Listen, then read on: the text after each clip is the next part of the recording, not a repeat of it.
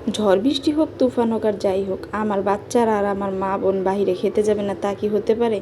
এই তো সে তার আন্টিকে আর তার নানুকে ফোন দিয়ে তারা চলে যাচ্ছে। সোনিয়াকরা আমাকে রেখেই তারা আগে আগে চলে যাচ্ছে। তারপরে তো সোনিয়াকরা চলে আসলাম। আজকে নাকি পাস্তা ক্লাবে অফার দিচ্ছে, তো পাস্তা ক্লাবে অফার দিবে, তারা খাবে না? এটা তো হতে পারে না। এই তো চলে আসলাম আমরা পাস্তা ক্লাবে। পাস্তা ক্লাবে উঠে এই তো দেখলাম, ঢুকেই দেখলাম খুব সুন্দর, আগের চাইতে অনেক কিছু অন্যরকম করে ফেলছে, সব কিছুই আগের চাইতে অনেক সুন্দর করছে। আর এইখানকার খাবার আর পরিবেশ সবই একদম অন্যরকম, অনেক সুন্দর। সবাই কিন্তু আসবেন, আর ওনাদের সার্ভিস তো অতুলনীয়, সেটা বলার মতো না। এই তো আমরা আসার পরে আমাদেরকে ওনারা মেনু কার্ড দিয়ে দেয়।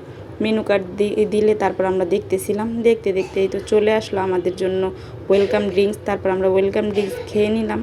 তারপরে তো খাবার অর্ডার দিয়েছিলাম, সেগুলোও এসে পড়ছে। আমরা যে যার মতো করে খাবার খাচ্ছিলাম আর গল্প করতেছিলাম যে এখানকার খাবার বরাবর সব সময় অনেক টেস্ট আর মজা হয়।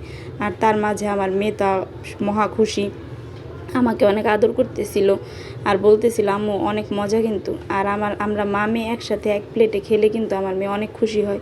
তারপরে এই তো আবার আমরা চলে আসলাম ছবি তুলতে। ছবি তুলতে তুলতে এক তো কফিরও অর্ডার দিয়েছিলাম। দুই বোন কফি খাচ্ছিলাম আর দুষ্টামি করতেছিলাম।